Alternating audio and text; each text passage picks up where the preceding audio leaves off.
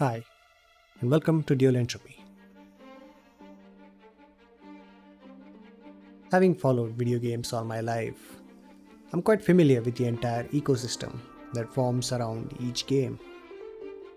Still, I think someone new to gaming needs to understand just how much secondary content exists for any particular video game. What's secondary content, you ask? It's everything about the game except the game itself. Let me explain. Around each successful game, there is a whole industry of content creators that make videos about these games, whether it be lore videos, build videos, or review videos. These are what I call secondary content.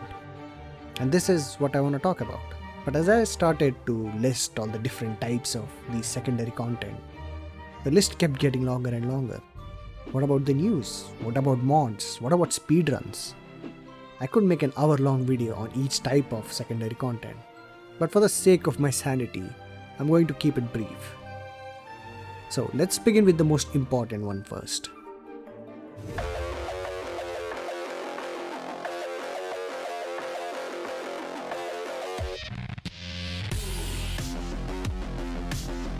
In the world of video games, trailers are the primary way to market a game. Like a book cover or a movie poster or an album art, a trailer serves as a tease to the virtual world that the player is going to immerse themselves in. The main aim of a trailer is to get players excited about a new game and to get them to purchase the game on release. Game trailers are pretty much obligatory for every game release at this point. Trailers come in two main flavors: cinematic and gameplay. Cinematic trailers, much like movie trailers, aim to evoke the vibe and atmosphere of the game. They offer glimpses into the story and setting, providing you with just a taste of what awaits you.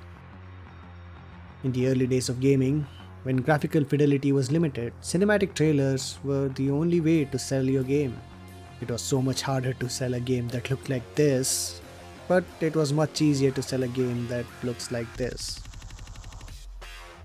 However, as technology advanced, gameplay trailers emerged as a more accurate representation of the game. Gameplay trailers, as the name suggests, showcase actual gameplay footage. They show a first-hand look into the game mechanics, graphics, and overall feel of the game. Unlike cinematic trailers, which focus on narrative and aesthetics, gameplay trailers provide more concrete information about what players can expect. In an industry where trust is fleeting, gameplay trailers play a huge role in managing player expectations and mitigating the risk of the player feeling like they've been cheated or lied to. The shift from cinematic to gameplay trailers shows a growing demand for more transparency and authenticity from game publishers. Too often, players have been lured in by flashy trailers only to be disappointed by the actual game.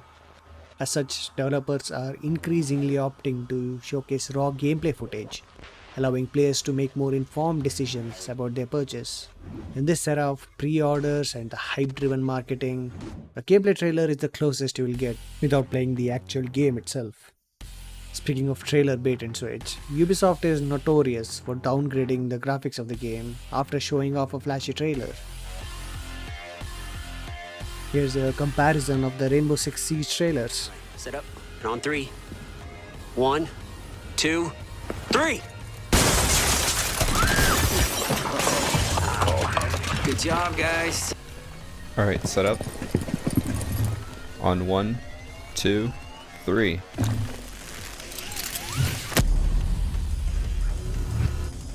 And here's Watch Dogs.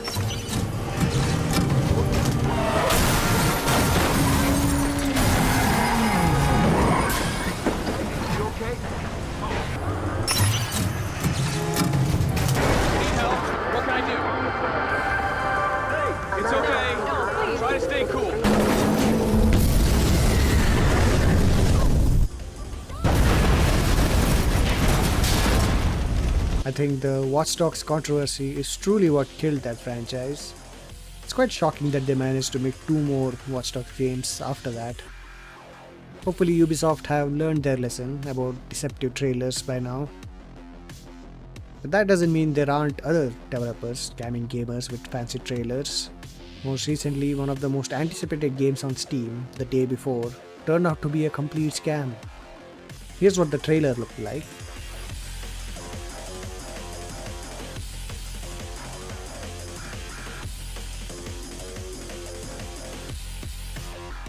And here's what the released game looked like.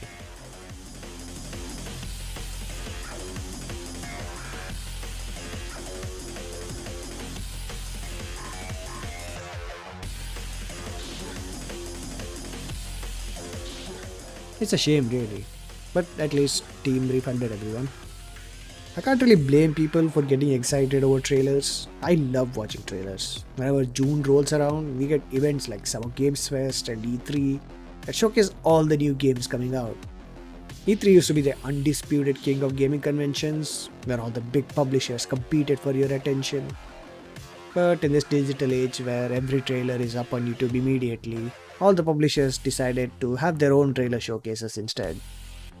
Then Jeff Keighley's Summer Game Fest started gaining steam, showcasing games not under the major publishers. The pandemic was the final blow and now E3 is dead.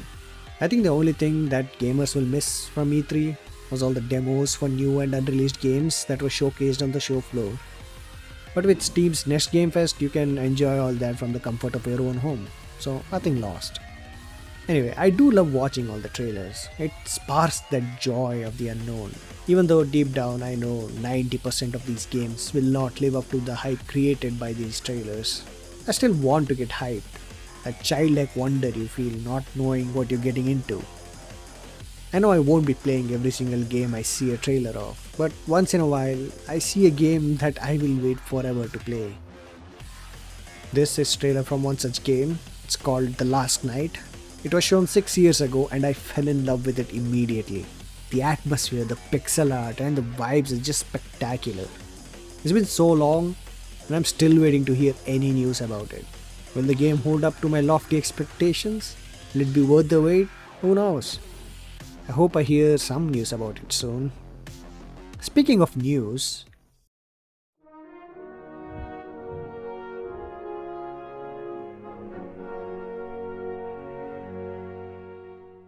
news is a necessity in every industry. It's no different for the gaming industry. From studio closures to new game releases, we want to know what's happening in the industry, and news publications are here to serve. News publications go through all the press releases and pick out interesting bits. They interview developers and give us a glimpse into what the developers are cooking in the studio. They update us on sales figures or a new controversy. They are not without faults, of course, but I feel like they are serviceable enough. End of the day, they get the job done. Despite their importance, video game news publications have struggled to gain the same level of recognition, respect, or financial support as other entertainment news.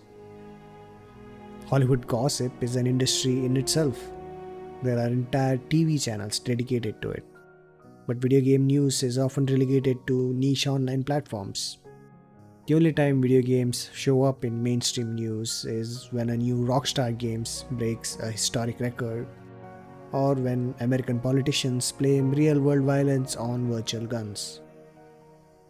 This disparity in coverage may stem from the perception that gaming is a nerdy subculture rather than a mainstream industry that's actually bigger than both Hollywood and the music industry combined.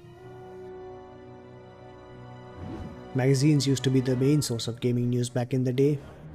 Game Informer, Nintendo Power, the PlayStation Magazine, to name a few of the popular ones. But the rise of the internet shifted their influence to online news publications. Sites like IGN, Kotaku, Eurogamer, and even PC Gamer's site rose to prominence as the top dogs in the video game news industry. Unfortunately, now it seems like written websites solely dedicated to gaming are facing challenges, with some struggling to maintain their relevance in this competitive space. Recently, Kotaku deprioritized its news division, instead opting to focus on making guides. A lot of people in the gaming space celebrated this decision since Kotaku has ruined their reputation, mainly by writing rage-bait articles that use complex social issues to get few easy clicks. But it is important to remember that news is an important part of this industry, and hopefully this is a one-off issue with Kotaku reaping what they sow instead of an industry-wide trend that will affect other news publications as well. I think the biggest reason for the downfall of written news is YouTube. A lot of smaller YouTube channels can provide news at a fast enough rate and in a much more easier to consume manner.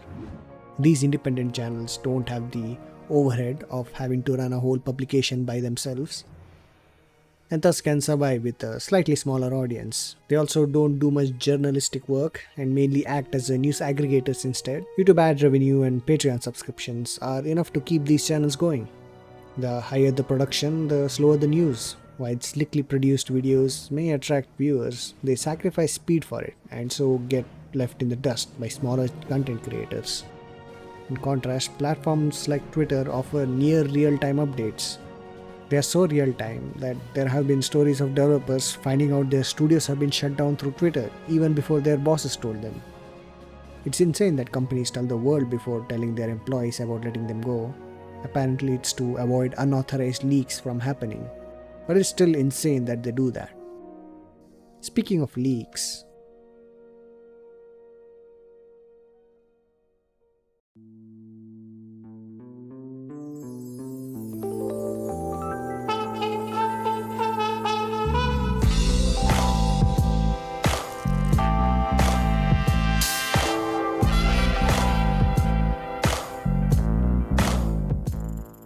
this kind of secondary content is sort of a corollary to news. Most leaks are just insider information, of course. Most of the time, these leaks are as simple as what a game studio is working on next or what direction a game is going. But sometimes we get something massive, like the entire GTA 5 source code being leaked. So why do these leaks happen? There are several reasons. Sometimes it's just by accident. Like when Sony supplied a document as part of the FTC versus Microsoft hearing, someone at Sony redacted the documents with only a black sharpie. But when they scanned them in, it was easy to see through some of the redactions. This leak revealed a lot of confidential information about Sony's internal figures, including the cost of development for some of Sony's most popular titles, as well as revenue figures for Call of Duty on PlayStation. Mistakes like this happen, and while unfortunate, are not as bad as when malicious actors break into developer systems to gain confidential information. I'll talk more about the GTA leaks in a bit, but first I want to talk about what happened with Insomniac, the developers behind Marvel's Spider-Man games. Reseda, a ransomware group, attacked Insomniac Games and stole sensitive information like employee data, company emails, as well as early details of an upcoming Wolverine game that they were working on. When their ransom demand of $2 million was not met, they released this info to the dark web. From there, early footage of this game ended up all over social media. Rough development footage is not how you want to reveal a game to the world. Seeing a polished trailer announcing the game would have been so much more exciting. And the hackers took that moment of excitement away from Insomniac. These were more serious leaks, but there are a lot of benign leaks that happen quite often, like the recent PS5 Pro spec leak. These kinds of leaks happen quite often, and the reason for them could range from a disgruntled employee to good old cloud chasers. Several insiders regularly relay confidential information to trusted journalists. I think most industries have these kind of insiders. Their information is not always 100% accurate, but they are reliable enough to know what direction a company is looking at. I think some of these leaks might be intentional to gauge audience reaction before they announce it officially. One of the most unexpected sources of leaks is the ratings board. Every game before releasing is submitted to these boards to get their age rating for the game. I'm sure you've seen these symbols before. Fans of the games always try to decipher some kind of information from the game's descriptions provided by these agencies. But sometimes confidential information submitted to these boards get leaked. One of the funniest series of leaks has to be the War Thunder leaks. It's funny because the leaks are not coming from the game studio, but rather from secret military documents being leaked to the game's forums. You see, War Thunder is a game about military vehicles, and they model a lot of real-world military vehicles. Consequently, a lot of military personnel play this game. Some of them have access to classified documents regarding the technical specifications of these vehicles. Some leak these documents just to win an argument, while others do it so that developers can make the in-game vehicles more accurate to their real world counterparts. Here's a list of some of the vehicles whose classified documents have been leaked. The developers have repeatedly asked the community to stop leaking these documents, and yet they keep on going. This is hilarious to me. All these leaks are cool and all, but the GTA 6 leaks have to be one of the most legendary leaks of all time. First of all, GTA 6 is one of the most anticipated games of all time. There are entire channels dedicated to talking about leaks about GTA 6. But for someone to hack into Rockstar and get developmental footage is insane. I'm not going to show any of the leaked footage here, of course. I don't want Rockstar to take down this video. But here's what happened. An 18-year-old who's part of a hacker group known as Lapsus had recently been arrested for hacking into Nvidia and was out on bail and under police protection at a Travelodge hotel. He used an Amazon Fire Stick, a hotel TV, and a mobile phone to hack into Rockstar. Let me repeat that. An Amazon Fire Stick, the hotel TV, and a phone. That's all it took for him to hack into one of the biggest game developers on the planet. He made off with the entire source code for GTA 5 and developmental footage of GTA 6. The footage spread like wildfire across social media. It revealed a lot of information about the game that no one outside of Rockstar was supposed to know. I can only imagine how pissed Rockstar must have been. Sadly, the hacker was sentenced to hospital prison for life, which on one hand is better than regular prison, I suppose, but on the other hand, handing a life sentence to an 18-year-old seems a bit excessive. Someone's gonna make a movie about this eventually. This story is too good to pass up on. Actually, speaking of movies,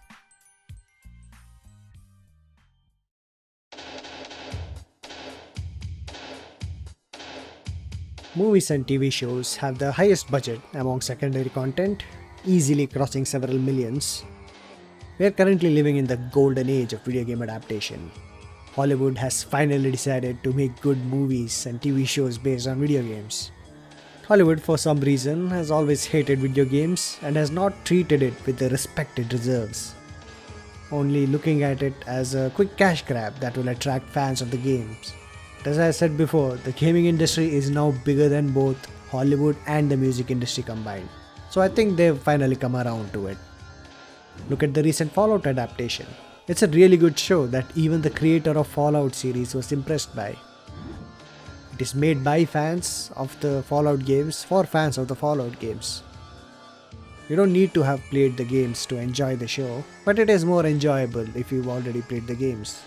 The show was so good, all of Fallout games saw an uptick in player numbers following the show, including Fallout 76. It's a shame that they didn't have a new Fallout game ready to capitalize on the success of the show. Xbox should have asked Obsidian to start development on a Fallout game as soon as they acquired Bethesda. New Vegas is a fan favorite among Fallout games, and everyone has been begging for another Obsidian-made Fallout game for years now. A missed opportunity for sure. Another great adaptation was the Last of Us TV show. Unlike Fallout, Last of Us is already a narrative-based game. It tells a linear story from start to finish, so it's much easier to adapt than Fallout. And the show proved as much. It followed the story of the game quite closely. There are a few changes made here and there, but the overall story was still the same. When Last of Us came out, I didn't have a PlayStation, so I watched all the cutscenes on YouTube instead. When the show came out, I kind of felt like I had already seen the show with how familiar the story beats were. I don't think it's a negative. The game has a fantastic story to begin with, but it doesn't feel like a show made for the fans of the game, but more of an avenue for people who don't play video games to experience one of gaming's best stories. I give credit to Detective Pikachu for starting the good video game adaptation run we're seeing. For decades, gamers have been stuck with crappy video game adaptations, and Detective Pikachu broke that streak. Nintendo figured out how to do it right. Even the new Super Mario movie is fantastic. I saw that one in the theater and had a lot of fun. It was one of the top grossing movies of 2023. Deservedly so. Comparing that to 1993's live-action adaptation is a night and day difference. Both fans and critics alike hated the old movie, giving it an even 29% on Rotten Tomatoes. I think recent sentiments have turned favorable towards the movie, but it's still a very bad adaptation of the game. Speaking of critics,